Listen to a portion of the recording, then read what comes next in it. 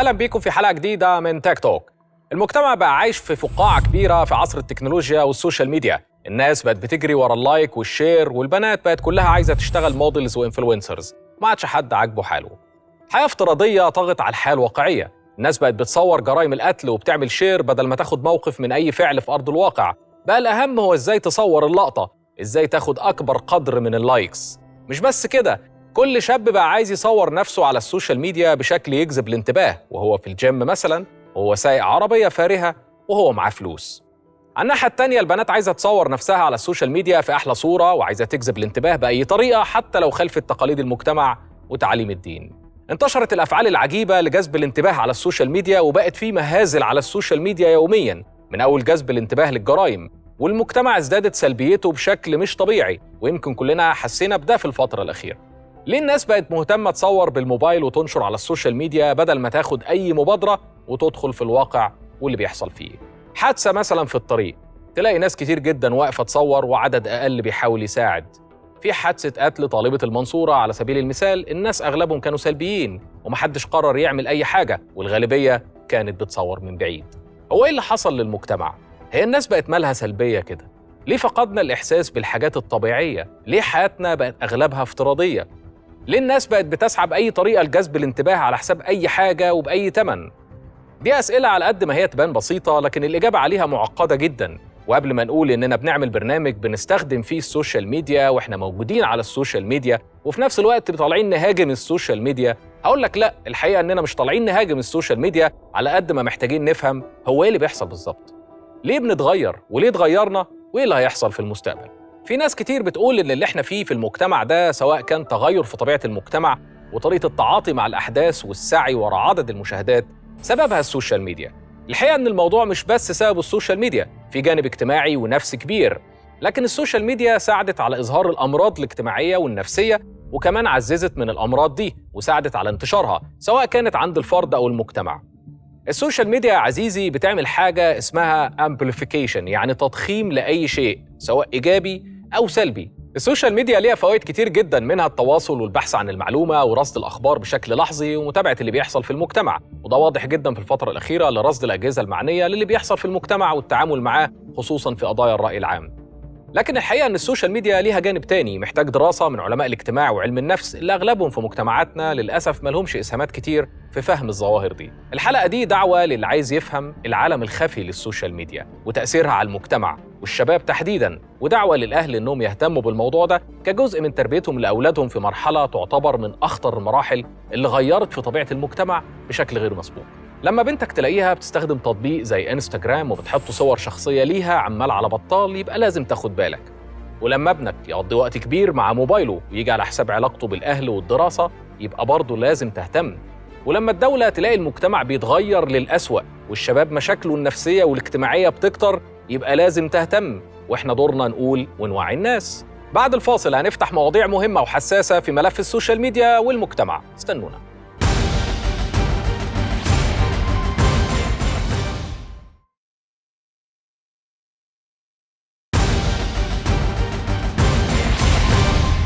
أهلا بيكم. قبل الفاصل قلنا إن في ناس كتير جدا فاكرة إن حجم المعلومات الضخم اللي موجود على الإنترنت هو سبب من أسباب تغير المجتمع. فيديو بتتفرج عليه على اليوتيوب، صور بتقلب فيها على انستجرام، فيديوهات على تيك توك، رسائل واتساب، إيميلات، لايف فيديو هنا ولايك هناك، بوست هنا وشير هناك، بلوك هنا، وفجأة تلاقي 3 ساعات عدوا. يا نهار أبيض، هو الوقت عدى كده إزاي؟ النتيجة إيه بقى؟ ولا حاجة. 3 ساعات من عمرك ضاعوا في اللا شيء.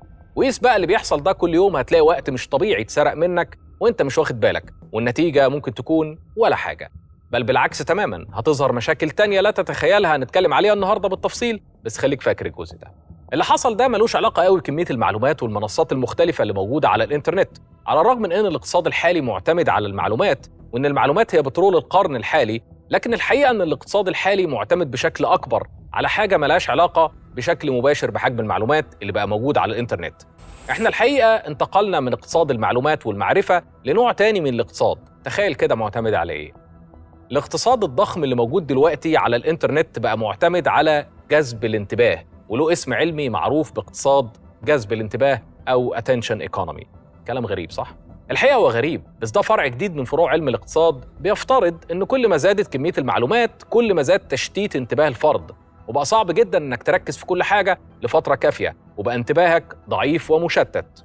بسبب الموضوع ده بدأ يبقى فيه اهتمام علمي بالطرق اللي ممكن تستخدم لجذب الانتباه والتعامل مع انتباه الفرد على إنه سلعة نادرة الكل بيتصارع عليها علشان يخليك تفضل على منصته أكبر قدر ممكن من الوقت، وبالتالي يستفيد من انتباهك في إما في ترويج منتجات أو إعلانات أو أفكار أو معلومات أو ترفيه.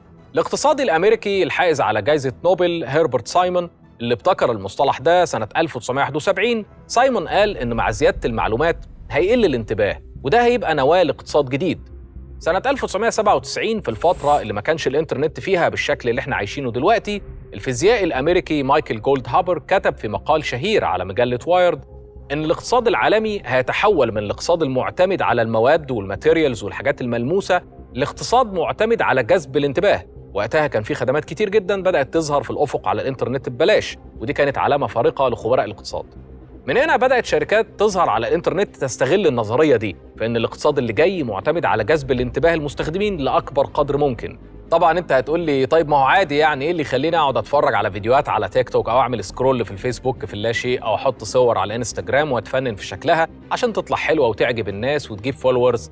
ما انا ممكن بسهوله اقفل البرامج ديت وخلصنا.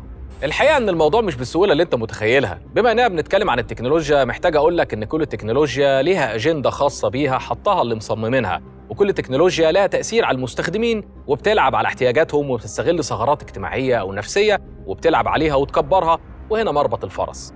تعال احكي لك حكايه لطيفه عشان تفهم ازاي التطور التكنولوجي ليه تاثير على مخك وطريقه تفكيرك وبالتالي عاداتك وبالتالي المجتمع ككل.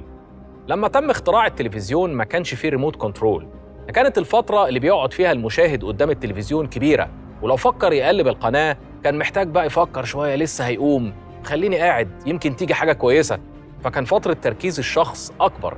لكن لما اخترعوا الريموت الموضوع بقى اسهل بكتير، وبقت الناس بتمسك الريموت تقعد تقلب في اللاوعي ما بين القنوات وبعضها، ويمكن ما بيقعدش يشوف جزء كامل على بعضه. وهنا بدأت البرامج والمواد الترفيهية والقنوات تلعب على لفت الانتباه، لأن إيه اللي هيخليك تفضل تتفرج عليهم من غير ما يلفت انتباهك بحاجة تشدك أو تلعب على جزء نفسي أو اجتماعي عندك؟ في عصر السوشيال ميديا الموضوع ما اختلفش كتير، بالعكس اللي برمجوا المنصات دي فاهمين كويس جدا اللعب بالسايكولوجي وتجارب علم النفس والتحكم في عقل الناس عشان يفضلوا يستخدموا المنصات دي زي فيسبوك وإنستجرام وتيك توك وسناب شات ونتفليكس، وتفضل موجود على المنصات دي ما تخرجش منها. مئات السنين من العلم المتراكم في علم الاجتماع وعلم النفس واللغات والصوتيات والسلوكيات تم استغلالها من المنصات اللي كلها بتسعى لجذب انتباه المستخدم عشان يفضل على المنصة وبتلعب بأفكاره ودماغه وبتلعب على عواطفه ومشاكله النفسية والاجتماعية كمان. أغلب الناس بقت عبيد للسكرول على الفيسبوك، بقوا بيجروا ورا اللايكس أكتر من أي حاجة تانية، بقوا بيحبوا يتفرجوا على حياة الناس على السوشيال ميديا، بقت البنات بتجري ورا شكلها على السوشيال ميديا أكتر من أي شيء تاني، والسر في التجارب النفسية اللي بتحفز الدوبامين في المخ وبتحسس الإنسان بسعادة مش حقيقية، وبتحول الموضوع لسعادة سلوكية بيعملها وهو مش واخد باله إنه مدي كل انتباهه ووقته للمنصات دي، وفجأة تلاقيه ضايع وقت كبير جدا بلا معنى. الحقيقة إن السر كان في اللايك باتون بتاع الفيسبوك اللي أساساً مارك زكربيرج ما كانش موافق عليه لما ابتكروا مجموعة من المهندسين في فيسبوك سنة 2007. لكن بعد ما تم تفعيل زرار اللايك ده في 2009 والحياة اختلفت، لأن الموضوع اتقلب مقارنات، مين هيجذب الانتباه أكتر من مين، ومين هيجيب أكتر عدد من اللايكس، مين اللي هيعجب الناس أكتر، خصوصاً بعد ما انتشر الموضوع على منصات تانية زي انستجرام وتيك توك ويوتيوب. وهنا بدأ الموضوع ياخد منحنى تاني خطر على المستوى الاجتماعي زي ما هنعرف بعد الفاصل.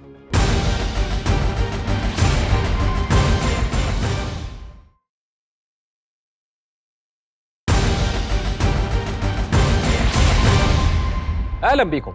بعيداً عن الطبيعة الإدمانية لمنصات التواصل الاجتماعي واللي اتكلمنا عليها قبل كده، لكن اللي يهمنا النهاردة المشاكل اللي حصلت في المجتمع واللي بتزيد كل يوم بسبب اقتصاد جذب الانتباه. تخيل بنت صورت صورة وحطتها على انستجرام وخدت 5 لايك مثلا، وفي بنت تانية حطت صورة جابت 1000 لايك. ساعتها في جزء في المخ هيشتغل عند البنت دي، هو ليه أنا صورتي جابت 5 لايكس وهي صورتها جابت 1000؟ هو في حاجة غلط؟ هو أنا وحشة؟ هنا بدأت تدخل في أزمة المقارنات، ودي حاجة طبيعية في المخ، لكن السوشيال ميديا وأدواتها ساعدت على تضخيم المشكلة. تخيل كده في كل مرة رايح تسحب فلوس من حسابك في البنك، يوم البنك يوري لك اللي في حسابك وحسابات الناس التانية بالمرة، تفتكر إحساسك هيبقى عامل إزاي؟ أكيد هتحس بعدم الرضا.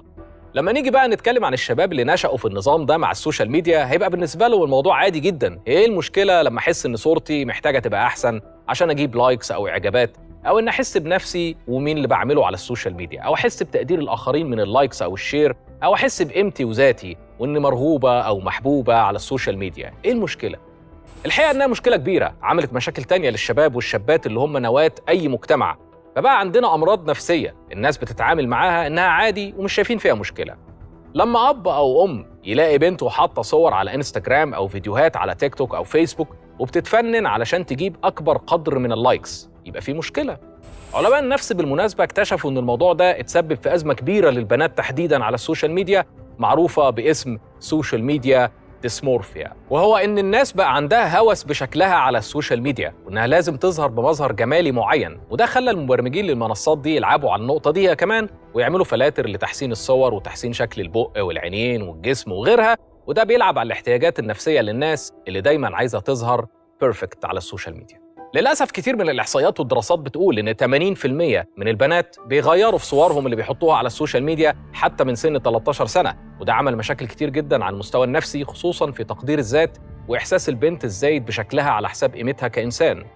تخيل دول هم نواة المجتمع في المستقبل، أنت متخيل مدى الكوارث اللي هتحصل في المستقبل؟ لو فاكر إن الكلام ده مبالغ فيه، فالحلقة دي حجر في مياه راكدة يمكن الناس تاخد بالها ولادهم بيعملوا ايه على السوشيال ميديا بسبب خطورة الموضوع ده على المستوى الاجتماعي والنفسي. في جهات كتير جدا بدأت تعمل حملات للتوعية بتأثير السوشيال ميديا على الشباب الصغير خصوصا البنات، زي الفيديو اللي هوريهولك حالا اللي بيتكلم عن بنت صغيرة دايما بتحاول تبقى جميلة على السوشيال ميديا، وده كله بسبب جذب الانتباه والإحساس بقيمة الذات من اللايكس والتعليقات. فالفيديو دعوة للعودة للخلف، دعوة للشكل الطبيعي وتقدير نفسك أيا كان شكلها، فأنت إنسان في النهاية وقيمتك مش من شكلك. اعكس السيلفي لو تكرمت. تعال نشوف مع بعض.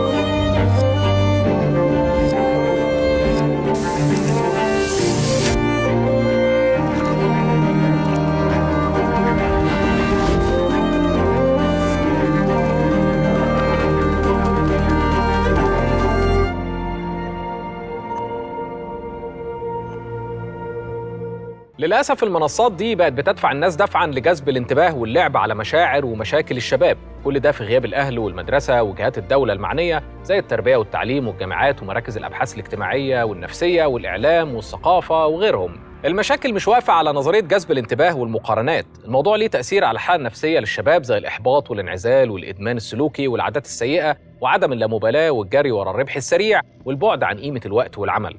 بعد كل ده مستغرب ليه المجتمع بقى سلبي لما يكون عندك أكتر من 65% شباب موجود على السوشيال ميديا ومتأثر بمشاكل الاقتصاد الجديد المعتمد على الجذب الانتباه.